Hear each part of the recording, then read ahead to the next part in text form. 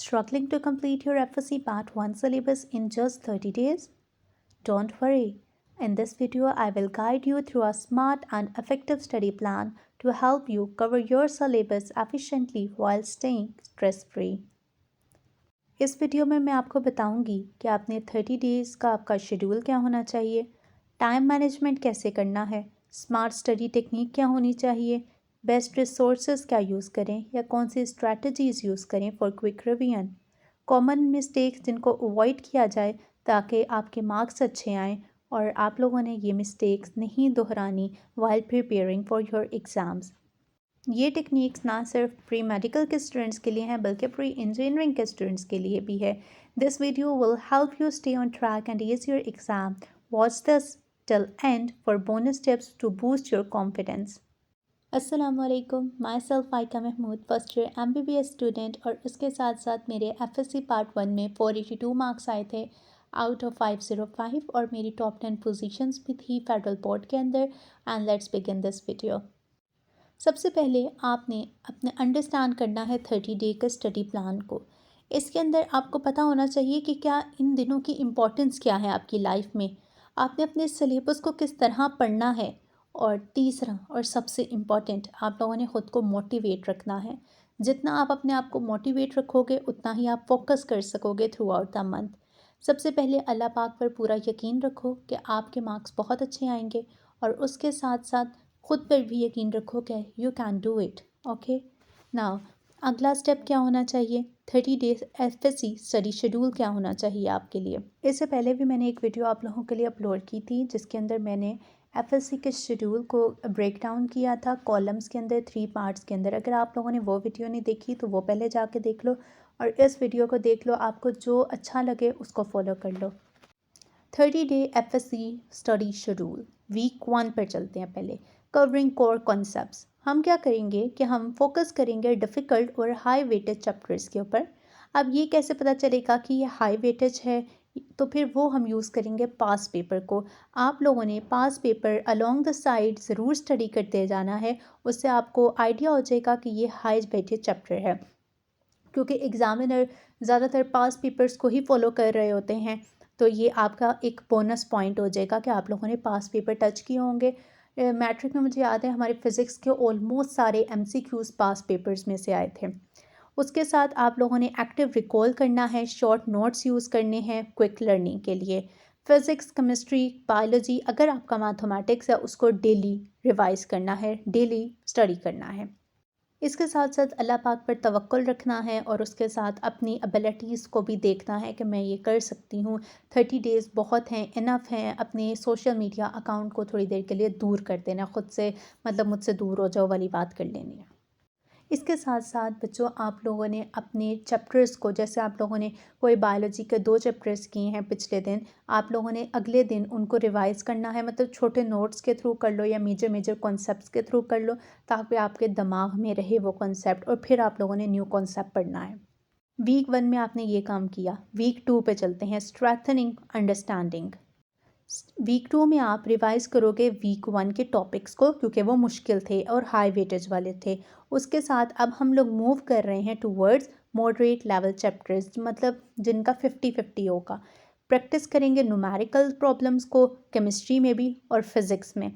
अपना self test करेंगे हर 2 दिन के बाद।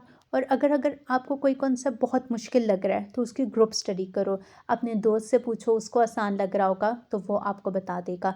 तो group study for difficult topics. Week 3 पे चलते हैं।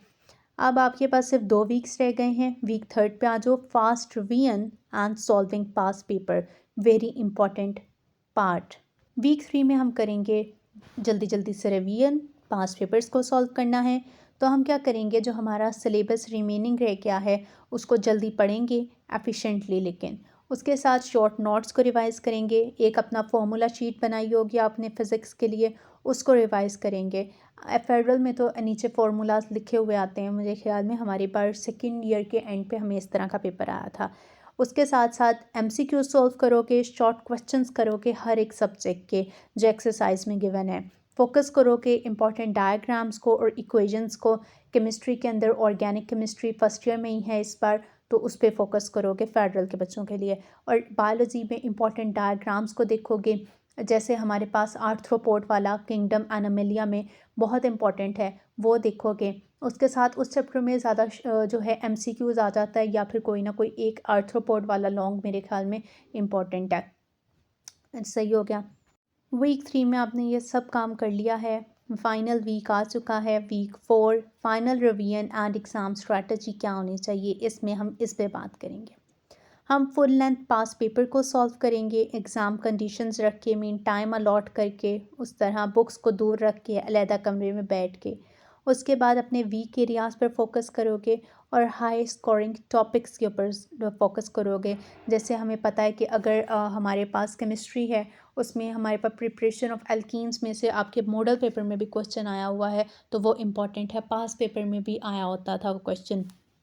इसके साथ आप टाइम मैनेजमेंट टेक्निक्स मैंने बहुत दफ़ा बताई हैं, उन पे फॉलो करोगे उनको। उसके साथ अपने आप को काम रखोगे, पुरसकून रखोगे और कॉन्फिडेंट रहोगे। एट द एंड आपके साथ बहुत अच्छा होगा। वीडियो के इस पार्ट में मैं बात करूँगी study techniques for maximum retention की। इसमें मैं आपको मुख्तलिफ टेक्निक्स के बताऊँगी कि जिसको फॉलो करके आप मैक्सिमम मार्क्स अचीव कर सकते हो। अच्छा जी, सबसे पहले आप स्टडी करो 50 मिनट्स का, ब्रेक लो 10 मिनट्स का। ये टेक्निक बहुत इफ़ेक्टिव है, क्योंकि ये मैंने खुद भी फ़ॉलो की है। ये मुझे डॉक्टर ने कहा था कि मेरी आई साइट का प्रॉब्लम था, तो उन्होंने मुझे कहा था कि आप 50 मिनट्स पढ़ा करो और 10 मिनट्स का ब्रेक लिया करो। और उन 10 मिनट्स में आपने मोबाइल वगैरह यूज़ नहीं करना, बल्कि एक्टिव रिकॉल करना है। आपने खुद को टेस्ट करना है, रीडिंग नहीं सिर्फ करनी है कि मतलब टॉपिक पढ़ेगा पढ़ेगा पढ़ेगा, नहीं, आपने खुद को टेस्ट करना है। उससे आपको पता चलेगा कि मुझे कितना आ रहा है और मैं कीवर्ड्स तो नहीं भूल रहा। इसके साथ माइंड मैपिंग करनी है, फ़्लो चार्ट्स बना लो, डायग्राम्स बना लो बेटर अंडरस्टैंडिंग के लिए। इसके साथ शॉर्ट नोट्स ज़रूर बनाया करो, समरीज़ बनाया करो, उनको कंडेंस कर लिया लॉन्गर पैराग्राफ्स को। उसके साथ एमसीक्यूज़ प्रैक्टिस किया करो एक एक चैप्टर के, या डेली फुल। आप लोगों ने अब इतना टाइम नहीं है, तो डेली 50 to 100 एमसीक्यूज़ सॉल्व करो। Best resources for FSc exam preparation, तो इसमें बुक्स अपनी एफएससी की टेक्स्ट बुक यूज़ करनी है, उनसे बिल्कुल नहीं हटना। की बुक्स को यूज़ करना है और नोट्स का यूज़ करना है। की बुक्स अब कौन सी यूज़ करोगे, मैंने अपनी ये रिसोर्सेज आपको काफ़ी दफ़ा पहले भी बताए हैं कि मैंने एफएससी पार्ट 1 और 2 केमिस्ट्री के लिए स्कॉलर की बुक यूज़ की थी, और फ़िज़िक्स के लिए भी स्कॉलर यूज़ की थी। उसके साथ साथ मैंने अपने टीचर के नोट्स यूज़ किए थे, और उनके हैंड रिटन जो हमें क्लास में बनवाते थे, और दूसरे जो हमारे वो एक हमें नोट्स देते थे। दूसरा, उर्दू के लिए सरमाया उर्दू और तौक़ीर अदब यूज़ की थी। इंग्लिश के दोनों पार्ट्स के लिए मैंने पीजीसी की एक की बुक है, मुझे अब उसका नाम नहीं याद, टॉप समथिंग था कोई। और अपने स्कॉलर के लिए मैंने वो प्लॉट्स वगैरह के लिए स्कॉलर के यूज़ किए थे। बाकी हमें नोट्स मिलते थे फ्रेजेस के लिए और ईडियम्स के लिए। उसके अलावा हमारे पास अब आ जाता है बायोलॉजी। बायोलॉजी के लिए मेजरली आपकी टेक्स्ट बुक इम्पॉर्टेंट है। की बुक्स यूज़ की थी मैंने एफएससी पार्ट 1 में कॉलेज, और एफएससी पार्ट 2 में स्कॉलर। और इसमें मैं मेजर क्या देखती थी, डिफरेंस वाला क्वेश्चन, और कुछ भी नहीं मैंने देखा। फजूल है लेना, मतलब डिफरेंस वाला क्वेश्चन आप गूगल कर लो, वो ज़्यादा आसानी रहेगी, वरना कुछ भी ऐसा नहीं होता था। बिकॉज एमसीक्यूज़ हम लोग लगा लेते थे, और जो बाकी क्वेश्चंस हैं वो मेजर आपका टेक्स्ट बुक है। Bio is all about your text book, और की बुक्स की ज़रूरत नहीं पड़ती आपकी बायोलॉजी के लिए। इस्लामियात में मैंने यूज़ की थी की बुक शाउर इस्लामियात, हमने वो टेक्स्ट बुक पढ़ी नहीं थी, हमने सिर्फ वो की बुक यूज़ की थी। उसके अलावा पाक स्टडीज़ के लिए हमने सिर्फ बुक पे फोकस किया था, कोई की बुक यूज़ नहीं की। मुझे पता है कि पाक स्टडीज़ एफएससी पार्ट 2 में होती है, लेकिन अगर कोई बच्चा उसमें से कोई एक वीडियो देख रहा है तो उनके लिए मैंने बता दिया। पास पेपर्स को ज़रूर सॉल्व करो, एटलीस्ट 5 to 10 ईयर्स, 5 साल के कर लो बहुत अच्छे तरीके से, वरना अगर आपके पास टाइम ज़्यादा है तो 10 साल के कर लो। ऑनलाइन रिसोर्सेज यूज़ कर लो, यूट्यूब लेक्चर्स यूज़ कर लो। अगर कोई आपको टॉपिक बिल्कुल समझ नहीं आ रहा, क्विज़ ऐप यूज़ कर लो, ऑनलाइन एमसीक्यूज सॉल्व कर लो। ठीक है, फेडरल बोर्ड के तो वहाँ चले जाओ ऐप पे, तो वहाँ एमसीक्यूज मिल जाते होते हैं। उसके बाद अपने नोट्स यूज़ करो। Best way to revise quickly, ये आपका मेजर होगा self made notes. Common mistakes to avoid, इसमें हम बात करते हैं तो हम लोग क्या करते हैं कि कोई प्रॉपर प्लान नहीं बनाते हैं और पढ़ते जाते हैं क्रैमिंग करते हैं, मतलब ना तो आप लोगों ने क्या करना है, एक प्रॉपर प्लान को फॉलो करना है। उसके अलावा आपने न्यूमेरिकल प्रॉब्लम्स और फार्मूलाज को बिल्कुल इग्नोर नहीं करना कि हमारे पास अब टाइम नहीं है, न्यूमेरिकल देख लूँगा, फार्मूला याद आ गया तो कर लूँगा। नहीं, नहीं, आपने वो करना ही करना है। कभी-कभी ऐसा होता है कि फ़िज़िक्स हमारा सारा का सारा न्यूमेरिकल आ जाए, फिर क्या करोगे? तो आप लोगों ने ज़रूर न्यूमेरिकल और फार्मूलाज को देखना है। तीसरा, हम क्या गलती करते हैं कि हम पास्ट पेपर सॉल्व नहीं करके जाते, पास्ट पेपर्स को देखते ही नहीं है। मैंने पहले भी बताया कि 10th के पेपर में मेरा सारा एमसीक्यूज़ ऑल सारे के सारे, कोई एक भी नहीं न्यू था, सारे पास पेपर से थे। उसके अलावा पाँचवाँ या चौथा पॉइंट है, लास्ट मिनट क्रामिंग करते हैं हम लोग, रिवीजन नहीं करते, क्रामिंग करते हैं। ओहो! ये रटा मारो यार, ये रटा मारो। नहीं, आप लोगों ने रिवीजन करनी है, लास्ट मिनट पे क्रामिंग नहीं करनी। उसके बाद प्रॉपर रेस्ट लेना है। हमारे यहाँ ये बहुत रवाज है कि भई रेस्ट नहीं करना और प्रॉपर स्लीप नहीं लेनी, 7 टू 8 आवर्स की स्लीप नहीं लेनी, बस रट्टा मारो, मारो, मारो। नहीं, आप लोगों ने अपनी सेहत का ख़्याल बहुत रखना है, सेहत सबसे ऊपर है। हर वीडियो में मैं आपको फाइनल मोटिवेशन या एग्ज़ाम टिप्स देती हूँ, तो इस वीडियो में भी हम उसी पे बात करेंगे। नंबर 1, आप लोगों ने believe in yourself, confidence is the key guys. उसके अलावा आप लोगों ने काम रहना है, फ़ोकस्ड रहना है ड्यूरिंग द एग्ज़ाम। मुझे याद है बायोलॉजी का फेडरल बोर्ड का फर्स्ट ईयर का पेपर था, तो मैं इतनी मतलब कि कंफ्यूज हो गई थी पेपर के दौरान। मतलब इतना आपका एक इम्पॉर्टेंट पेपर होता है और मैं इतनी ज़्यादा डरी हुई थी। तो मुझसे एमसीक्यूज़ मैंने उल्टे, मुझे सब आता है लेकिन मेरे पास वो उस टाइम पे मैं फ़ोकस नहीं थी, काम नहीं थी, मैंने सारे आंसर्स गलत लगाए।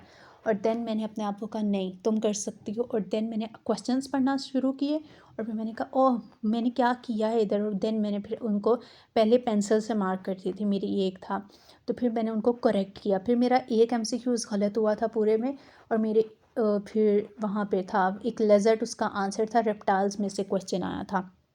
उसके अलावा इसीलिए कहती हूँ कि काम रहना है, फ़ोकस्ड रहना है, अपना हेल्थ का ख़्याल रखना है, पज़ल नहीं हो जाना, ठीक है?